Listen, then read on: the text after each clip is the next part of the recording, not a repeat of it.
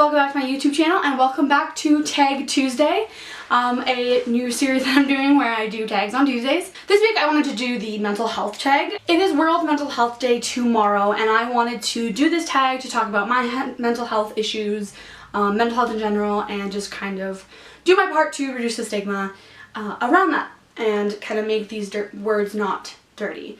So yeah, we're going to do the mental health tag and let's just get started. Okay, question number one is, what is your mental health issue? So I struggle personally with depression and anxiety disorder. It's generalized anxiety, so it's not triggered by any one thing. I'm just always kind of anxious about a lot of things. So yeah, it's basically a lot of low mood and high mood colliding.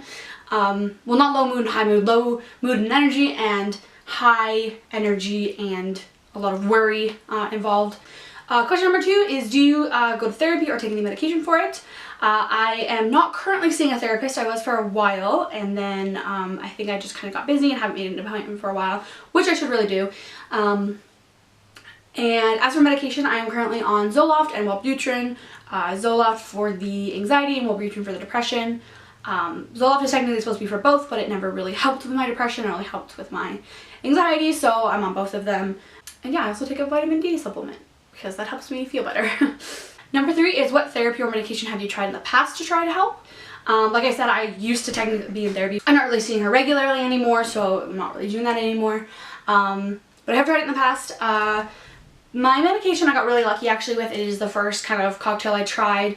Like I said, I was on Zoloft alone for a little while, but it only helped me with my anxiety, so then the Wellbutrin was added on top of that. I also used to have a medication that I forget what it's called that was specifically to help me sleep. Like, it was a sleeping pill basically.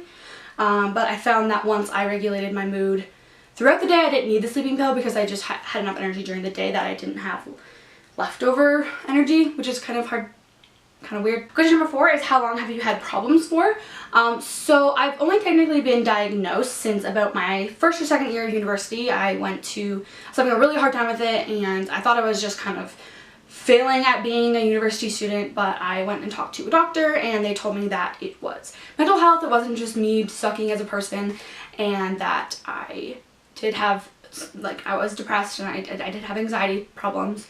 And so that's when I got diagnosed, but I think I've had problems with those things for pretty much as long as I can remember. Like, obviously to varying degrees of my life, like in varying degrees at certain times of my life, but even in elementary school I remember being really anxious about like what people thought of me, what people were doing, saying, kind of always feeling inadequate and not enough and not liking myself, which I know a lot of people struggle with in you know, during puberty and stuff like that, but I remember it being very debilitating in a lot of ways. So diagnosed 3 or 4 years ago, actually probably more than that by now, like 6 years ago. Actually struggling as long as I can remember. Question number five is, does your family and friends know? Yeah, I mean, if anyone doesn't know, then it's not because I try to keep it from them, it just might not have come up. Like, it wasn't something that impacted my life in such a way that I felt the need to announce it to anyone, or if I felt the need to, you know, warn people about it. It's not like I have any sort of, you know, anything that needs explaining on a daily basis. Like, I don't see visions or anything like that where people need to know, you know, kind of what's going on with me. So I've always been open about it, but I haven't made it a point to tell people, if that makes sense. Number six is, does this affect your work life or daily life? Absolutely. Absolutely 100%. A lot of the times it can be, if I'm going through a depressive episode, it can be very hard to get out of bed. Yeah, it can feel very overwhelming and heavy. That's the best way I can describe it. It kind of feels like you're running through mud all day long and it's taking 10 times more energy than it should do, or it usually does.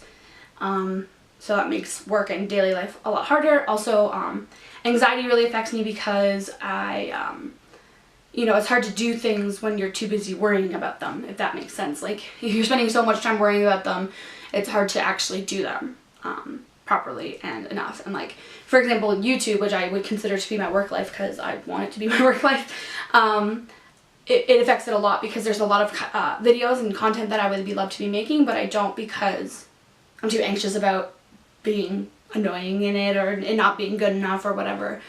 So yeah, it definitely affects me all the time. Number seven is, what makes you feel calm? I think the number one thing is spending time with my fiance and my dog. Just hanging out with them, cuddling my dog, watching movies with them, or just going out to dinner with my fiance. It's really nice. He helps me a lot, especially when it comes to my anxiety. Like, he helps calm me down if I'm like kind of having an anxiety attack, or if I'm having a really bad day. He will be like, okay, what are we gonna have to do to fix this? How do we get you back up, kind of thing. So talking to him helps a lot. Number 8 is, what do you do in a crisis? I guess it kind of depends on what level of crisis. I've never really had, at one point I had to go to the hospital because I was having a really, really bad depressive episode, and I needed to get help immediately, so I went to the emergency room. So I guess I would do that again if that happened again. But in kind of like mini crises where like my life's not in danger but it's like serious, like I said, I just talked to Nick about it. I try to just kind of remove myself from any situation that's triggering it, and I just try to get the bare minimum done when it comes to taking care of myself. Number 9 is, what advice would you give others that are suffering?